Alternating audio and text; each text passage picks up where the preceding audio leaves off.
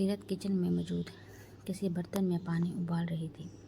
تبھی یسریٰ نے آ کر اس سے پوچھا، ایک نسخہ نوٹ کیا تھا، کافی لوگوں کو افاقہ بھی ہوا اس سے، آپ کے لیے تیار کر رہی ہوں، شوگر کنٹرول میں رہتی ہے اس سے۔ سیرت کام میں مگن یسریٰ کو بتانے لگی، میری جان، اس کی کیا ضرورت ہے؟ تمہاری خود طبیعت ٹھیک نہیں ہے، ڈاکٹر نے 2 ویکس کا بیڈ ریسٹ کہا ہے تمہیں۔ یسریٰ اسے پیار سے سمجھاتے ہوئے بولی، 2 ویکس ہو گئے ہیں مما، اتنے دنوں تک میں ریسٹ کر بھی نہیں سکتی۔ اچھا بتائیں، آنے کا کیا پروگرام ہے؟ کب لگا رہی ہیں وہ چکر؟ سیرت نے یسریٰ کو دیکھ کر پوچھا۔ جب سے اس کا ابارشن ہوا تھا تب سے وہ یسریٰ سے بہت زیادہ اٹیچ ہو گئی تھی، زبان سے کہے بغیر یسریٰ کی میڈیسن لے کر ہر ضرورت کا خیال رکھتی۔ رات کے کھانے کے بعد صبحان کو تو شروع سے ہی عادت تھی بہروز اور یسریٰ کے پاس بیٹھنے کی، مگر اب سیرت بھی صبحان کے ساتھ یسریٰ کے پاس بیٹھ جاتی۔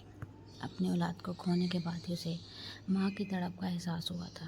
نہیں، وہ فرحان بھائی نے منع کر دیا ہے انہیں، وہ کہہ رہی تھی پھر کبھی چکر لگاؤں گی، اور اچھا ہی ہوا ایک طرح سے، رنم یہاں پر موجود ہے۔ اس کی بجھی ہوئی صورت دیکھ کر 10 سوالات ذہن میں آتے، اور میں نہیں چاہتی کہ گھر کی کوئی بھی بات باہر نکلے۔ یسریٰ سیرت کو کہنے لگی، دونوں ساس بہو مل کر یہ کون سی کھچڑی پکا رہی ہیں آخر؟ صبحان نے گھر میں داخل ہو کر کچن کا رخ کرتے ہوئے شرارتاً کہا۔ اس کی بات سن کر یسریٰ اور سیرت دونوں کے چہرے پر مسکراہٹ آئی۔ صبحان، ہر وقت مت چھیڑا کرو اسے، جتنی میں تمہاری ماما ہوں اتنی اس کی بھی ہوں۔ جیسے تم میرے داماد نہیں ہو سکتے ویسے وہ بھی میری بہو نہیں ہو سکتی، تم دونوں بیٹا اور بیٹی ہو میرے۔ یسریٰ صبحان کی شرارت سمجھتے ہوئے اسے آنکھیں دکھا کر بولی، یہ بات تو ماننا پڑے گی ماما، ویسے آپ نوٹ کر رہی ہیں آپ کی بیٹی چند دنوں سے کچھ عقل مند ٹائپ خاتون بن گئی ہے۔ وہ ابھی بھی آنکھوں میں شرارت لیے سیرت کو چھیڑنے سے باز نہیں آیا۔ میری بیٹی شروع سے ہی عقل مند ہے، تو میں اس کی خوبی آج معلوم ہوئی ہے۔ سیرت، میں رنم کو بلا کر لاتی ہوں، شاہدہ سے بہت چائے بنا لے شام کی۔ یسریٰ سیرت کو بولتے ہوئے صبحان کے گال پر پیار سے چپت لگاتی ہوئی کچن سے نکل گئی۔ اب صبحان مسکرا کر سیرت کو دیکھ رہا تھا۔ کیا بول رہے تھے ماما کے سامنے؟ اب ذرا پھر سے بولو۔ سیرت صبحان کے پاس آ کر اس کا گریبان پکڑتے ہوئے بولی، تو صبحان نے اس کے کمر کے گرد اپنے بازو حائل کیے۔ میں کیا بول رہا تھا ماما؟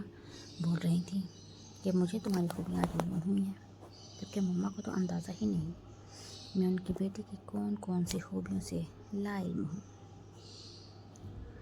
سیرت کو باہوں میں لے لیتے ہوئے صبحان سنجیدگی سے کہنے لگا۔ سیرت نے اپنی مسکراہٹ کنٹرول میں کی اور صبحان کے گال پر ایک چپت لگائی۔ سدھر جاؤ سوبی۔ وہ مسکراتی آنکھوں کے ساتھ صبحان کو دیکھ کر بولی۔ صبحان نے ابھی سنجیدگی سے اپنے دوسرے گال پر انگلی رکھی۔ اس کی نظروں کا مفہوم سمجھتے ہوئے سیرت نے اس کے گال پر اپنے ہونٹ رکھ دیے۔ اب جاؤ یہاں سے۔ سیرت صبحان کے سینے پر ہاتھ رکھ کر دھکا دیتے ہوئے کہنے لگی۔ صبحان مسکراتا ہوا اپنے گال سے لپسٹک کا نشان صاف کرتا ہوا اپنے روم میں چلا گیا۔ کیا سوچ رہی ہو ماما، کہاں چلے گئی؟ سیرت یسریٰ کے روم میں بیٹھی ہوئی تھی تب صبحان اس کے پاس آتا ہوا پوچھنے لگا۔ آنے کی کال آ گئی تھی، ان سے بات کرنے گئی ہیں۔ سو بھی 2 ہفتے ہو گئے ہیں، کاشی سے کوئی بات نہیں ہوئی، نہ اس کو دیکھا۔ سیرت نے صبحان کو دیکھتے ہوئے پوچھا۔ صبحان کی نیچر تھی، وہ شروع سے سب کا خیال رکھتا تھا۔ سیرت کو حیرت ہوئی، وہ اپنے سگے بھائی کو کیسے فراموش کر سکتا ہے؟ اس نے جو ہمارے ساتھ کیا، خاص کر تمہارے ساتھ، تم اب بھی اس کو یاد کر رہی ہو؟ معاف کر سکتی ہو اسے؟ صبحان نے سنجیدگی سے سیرت کو دیکھ کر پوچھا۔ اس نے جو کچھ بھی کیا میرے ساتھ انجانے میں کیا، اگر جان بوجھ کر کرتا تو میں اس کی شکل بھی نہیں دیکھتی، مگر اسے تو کچھ علم ہی نہیں تھا سوبی۔ سیرت نے صبحان کو دیکھ کر نرمی سے کہا۔ اس نے بچپن سے ہی ان دونوں بھائیوں کے بیچ ایک دوسرے کے لیے صرف محبت دیکھی تھی۔ 2 ہفتے پہلے اس طرح ایک دوسرے سے لڑتا ہوا دیکھ کر سیرت کو دلی طور پر افسوس ہو رہا تھا۔